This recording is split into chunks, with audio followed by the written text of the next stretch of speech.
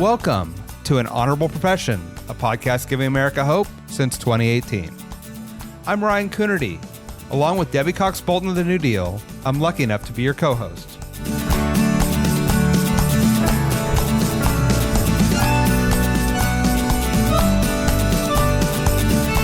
An Honorable Profession is a New Deal Leaders podcast. The New Deal is an organization that supports the next generation of American leaders. From attorneys generals to state senators to mayors to school board members, these are the people that are pushing policies and politics that will respond to climate change, rebuild our economy, address racial injustice, and restore our democracy. These are incredibly talented people who have dedicated themselves to public service when their country and their communities needed it the most. Check out newdealleaders.org to see what I'm talking about. In this special bonus episode of An Honorable Profession, I sit down with longtime New Dealer, Arizona Corporations Commissioner Anna Tovar to discuss last week's bombshell state Supreme Court ruling to resurrect an 1864 near-total abortion ban.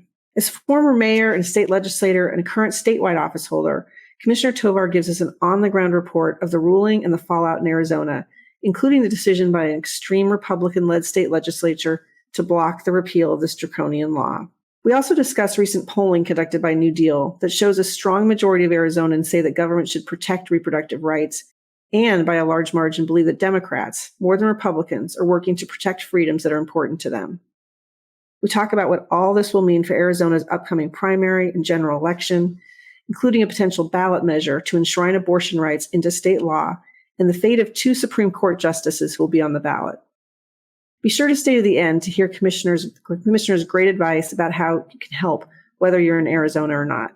For more information on our polling, head to www.newdealleaders.org, and be sure to tune into Anna's last appearance on An Honorable Profession from August of 2020 to learn more about her and her path to elected office. I hope you enjoy.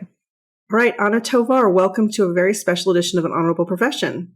Thank you, Debbie. Thank you for having me. Really glad to see you here, Anna. We felt like with the shocking and seismic news coming out of Arizona this week of the abortion ban, really happy to have you with us just to talk us through it and maybe give us a little bit of explanation about kind of what's happening on the ground. So I thought maybe I'd start with just, I know that most of our listeners are probably familiar with what happened, that your Supreme Court reverting back to an 1860s law on the books that really is basically a near total abortion ban in your state. I think that's important to know. There's also provisions in there that would allow prosecution of abortion providers, I believe. Is there anything else just in terms of what's in the legislation or in the law that our listeners should know? I think you stated it correctly in regards to, it was established before our state was even a state, before women were allowed to vote here in Arizona. So it is, I would say, one of the worst laws right now currently in the United States in dealing with abortion. And there seems to be a little bit of confusion about when it goes into effect. Was curious about that. Do you know when that happens? So currently, I would say both sides are looking into it, but right now there's a 14-day pause since it was passed so that a lower court could review it. So during that time, we're hopeful that the legislature could actually repeal the law. And what we saw yesterday at the Arizona state legislature was a debacle again, where the Republicans doubled down on the law, tabling the motion to repeal the law, which you've seen probably in the media. You've had, quite a few Republicans that were saying, this law goes too far, but intentionally, it's their way of doubling down in regards to wanting this law to be in place. So yesterday, what you saw on the Arizona House floor, again, were shenanigans in regarding, women's health, women's freedom, and their choice to choose for themselves. So it was, again, another tarnished day for Arizona because they had the easy solution on the table. And by the way, that the repeal for this law, there's been many legislators, whether in the House or the Senate, that have dropped it every single year. So they've had ample opportunity to repeal this bill. Yesterday, again, all eyes on Arizona to see, if the rubber met the road in regards to them really wanting to do something and again, it was a disappointment and another sad day for Arizona. I want to dive into that a lot, but I have one other question just that I was curious about.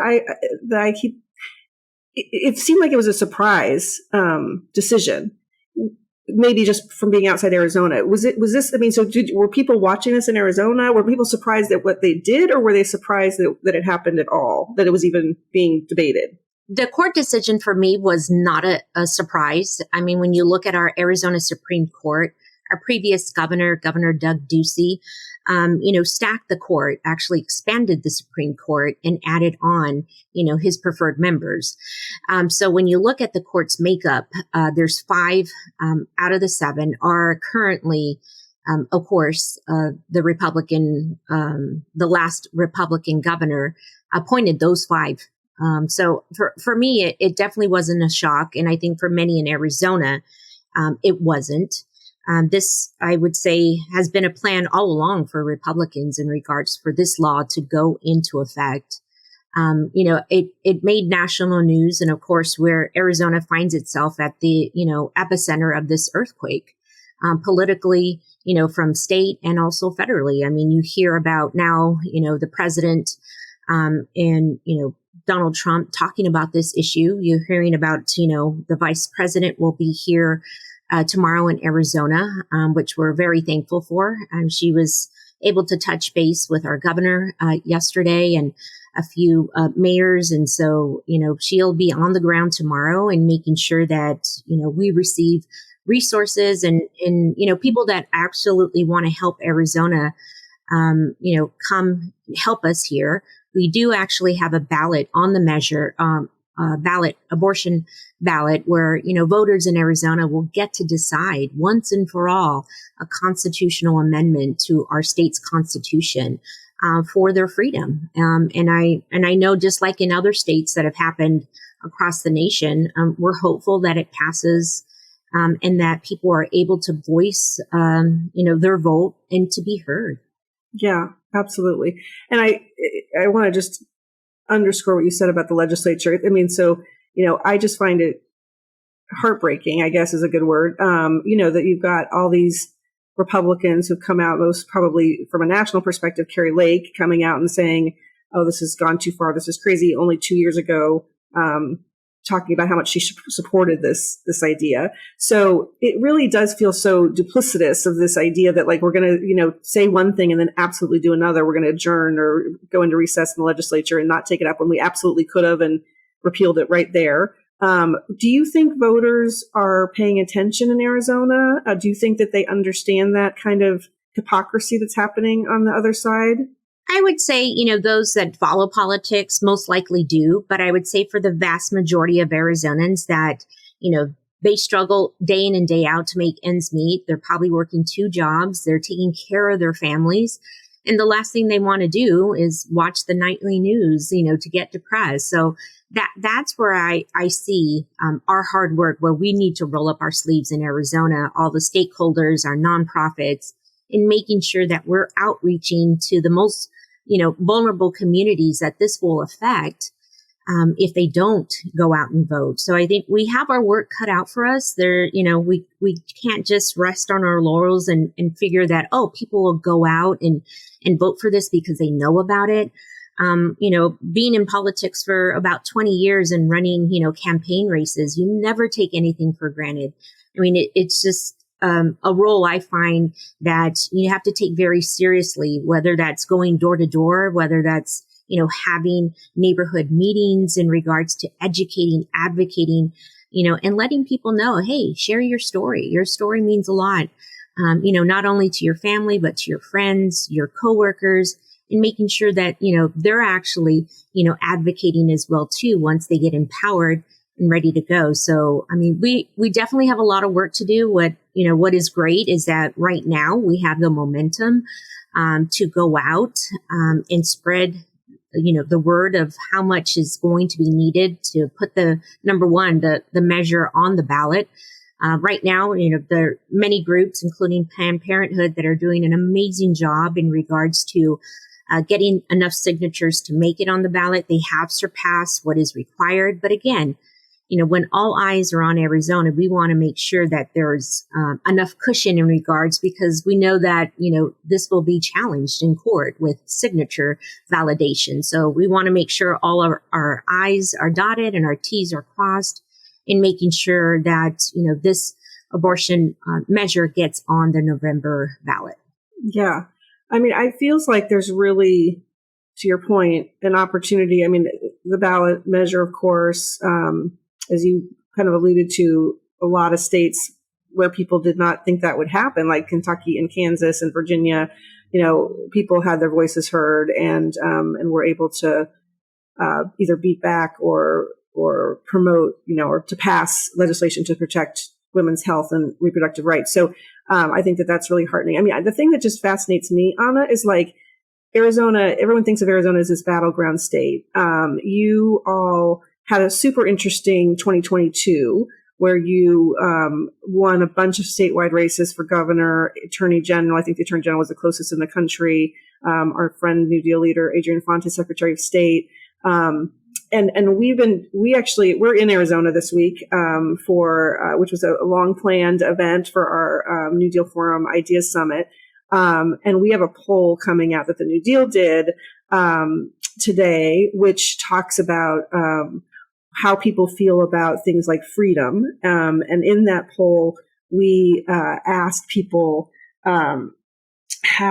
which party you would most associated with freedom. And I just wanted to share that with you because it's super interesting to me that, from the general population, Dems had a little advantage, 35-33.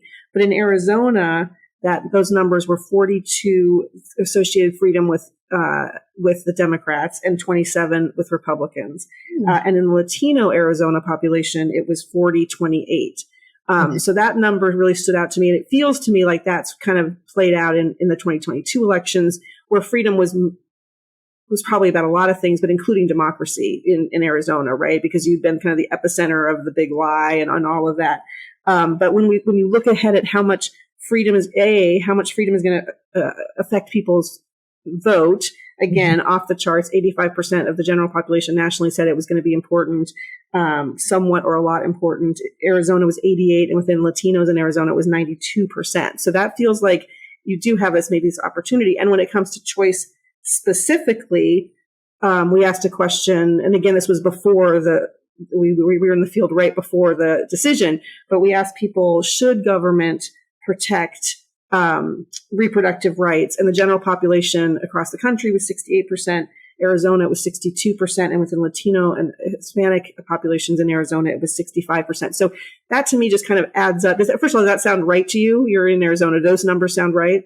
No, absolutely. I would say the vast majority of Arizonans, and we've done, studies here as well too, and surveys, and time again, it is the vast majority of Arizonans, of political parties, whether you're Republican, Democrat, or independent, and crosses all cultures and, backgrounds as well too, that they definitely want government to stay out of their business and not allowing politicians nor court judges to decide when or if they ever start a family. I mean, that's a decision that should be made by, the woman and her family in regards to that, personal decision. There shouldn't be, politics be put in the way of that at all. So, I mean, what I heard from you in regards to those numbers, for me, they're spot on, especially in regards to the Latino community as well, too. I mean, and, they definitely want, freedom. And as you mentioned, it's not only the past, election that our democracy was at stake. We now, 2 years, we're in the same spot in regards to our democracy still being, on the verge of being lost. I mean, so there's so much riding on this 2024 election. And, I'm encouraging everyone to have their voices heard. I mean, there's so many times where I've heard constituents saying, "Oh, I didn't vote. I missed it." And right now we can't take anything for granted in Arizona, from, from President Biden all the way down to our school board level. We can't take anything for granted, and we're going to need every vote, because every vote does count. Another thing I want to mention in regards to the two judges, there are two Supreme Court judges in Arizona that will be up on the ballot this election cycle.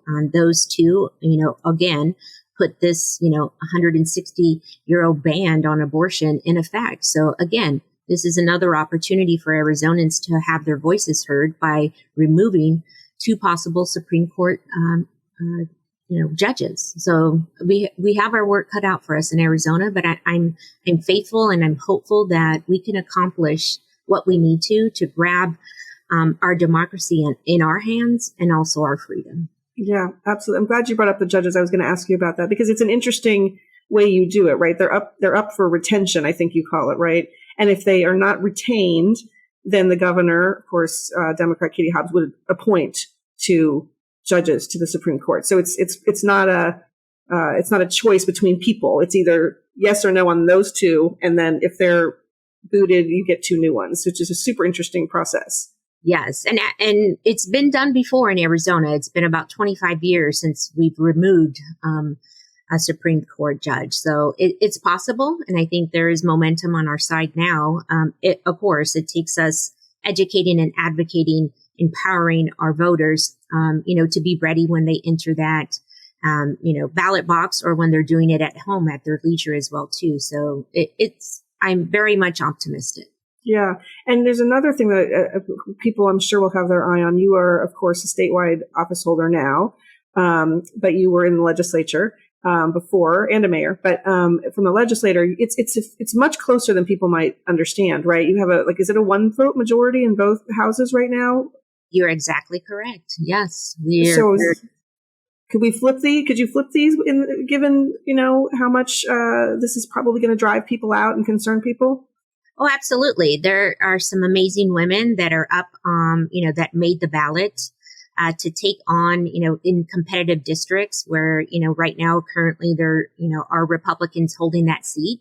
But you have the opportunity to flip it, and all it takes, like you said, is one or maybe two, and we take the majority in one or maybe both of the houses. So that's another opportunity as well, too.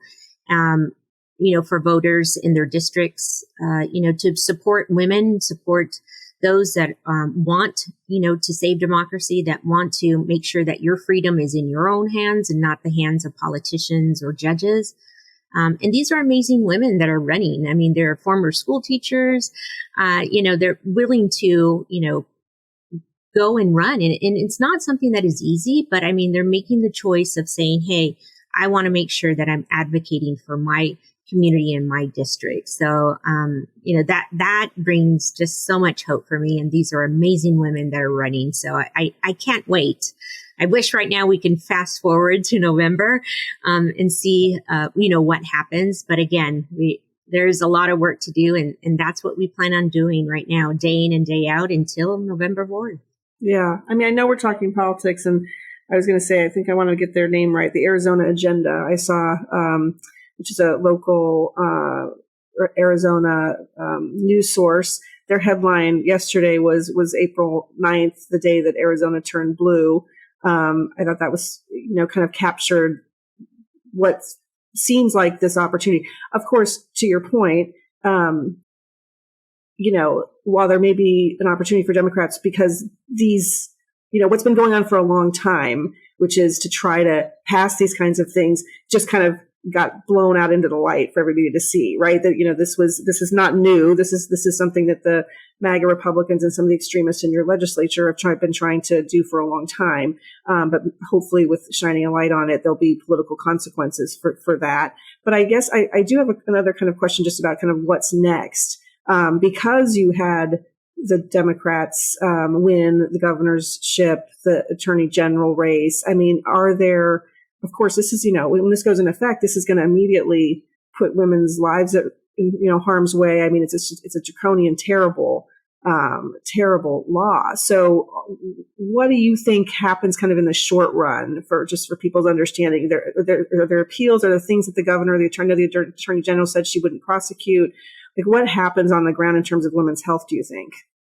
Well, I would say first and foremost, the governors, will be calling a special session if this doesn't get resolved quickly in regards to repealing the ban. But, if they do repeal this, 1864 law, it goes back to a 15-week abortion ban. Mm-hmm. So again, that is something that we need to overcome as well too, because in my opinion, that in itself is extreme as well too. I mean, written into that 15-week abortion ban is language in regards to the 1864 law too, that it couldn't be repealed. So you see yourself in the same conundrum. If we do repeal the 1864, it goes back to the 15-week abortion ban, which includes language that the 1864 bill couldn't be repealed. And again, this was all drafted many years ago to bring us to where we are today. So the ultimate solution would be to, have the abortion measure on the ballot, allow Arizonans to take a vote on it once and for all, hopefully change our state constitution to allow women the freedom and their own choice to do whatever they need to with their bodies. And of course, that's a decision that should be made by them, not politicians or court judges. In the meantime, we have Attorney General Chris Mays, of course, that won by the slimmest of measures in regards to, the poverty in the entire country. And, now there's many blessings of saying like, wow, we're in this situation and thank goodness she is our Attorney General. She's come out, very promptly on the same day, and very, just firm on her words that she will not be prosecuting, any of the doctors, or patients. I mean, you name it. She's made that line in the sand very clear, where now you have, county judges that are saying they will take that role of prosecuting. So that there is another issue that we're going to have to go through during this time from now until November of what can be done. So I imagine there'll be challenges to that as well too. The governor has also stated she will do everything in her power in regards to making sure that we are here in support of women's freedom. And this is something that the governor has been very familiar with. This has been one of her key issues as a legislator. I mean, she is a social worker by trade. This has been one that she has armed herself in the House and the Senate when she served on leadership. So she's very experienced, very passionate in wanting to make sure that that women have the choice of, to make by themselves. And so she'll be advocating and doing everything possible that she can as well too. It's just, frustrating to see that we're, in April now, and maybe a solution doesn't come until November. So that means the outreach for women within nonprofit groups, so that if there are women whose lives are in jeopardy or they're choosing to have an abortion, then we need to get them help to go to another state, such as, Arizona, Colorado, New Mexico. And that's feasible and possible, but it is going to take a lot of work in making sure that we have those resources available for women when they need it. Yeah, absolutely. And it's just listening to you talk about this whole thing. It's just hammering home in my head that elections matter, right? Elections have consequences. And so, that is really what the lesson is here. That, they're going to devolve it down to county judges. Well, those county judges need to be people who are going to protect women's rights. So it matters so much. And I think that's such an important message heading into November. Maybe I'll just finish with Anna, both two questions, kind of if you're in Arizona, obviously the referendum is a big deal. But what would you say to Arizona voters and people who care about this? What should they be doing? And then secondly, what's your message to our listeners nationally that they should either learn or how can they help? Yes. Well, I would say for Arizona voters, I would have three things for them to do. Number one, register to vote if you're not registered. Two, double check and making sure that, your address is correct, that if you want a ballot be mailed to you, that you have that luxury of voting at your convenience in your own home. So making sure that you're ready for the elections that are coming at the end of July for primary as well, too, so that you're ready in November. Two, I would say sign the petition that is out right now for the Arizona Abortion Access ballot measure, making sure that your voices are heard. And again, three, study who is going to be on the Supreme Court justices that are up. There are going to be 2. So you'll be able to have that information ready to go. 3 would be making sure that you volunteer. I mean, there's many organizations such as Emily's List, Planned Parenthood. There's so many nonprofits right now that are making sure that they're out there advocating into communities, and especially those, if you speak Spanish and you're able to go into our Latino neighborhoods to speak in a native language. If you're indigenous or able to speak, Navajo in the Navajo Nation and educate and advocate, I think those are really important. So if you have any extra spare time, check, and see when you can volunteer. And if it's 2 hours or 20 hours, every single hour is going to count, because as you mentioned, their elections matter, and it's going to come down to the wire in Arizona. So that would be my hope for Arizonans. For those outside of our state, we need your help. We absolutely need your help. That is by funding, great organizations that are here that have boots on the ground. That is also as well too within our presidential campaign in helping President Biden and Vice President Harris get reelected.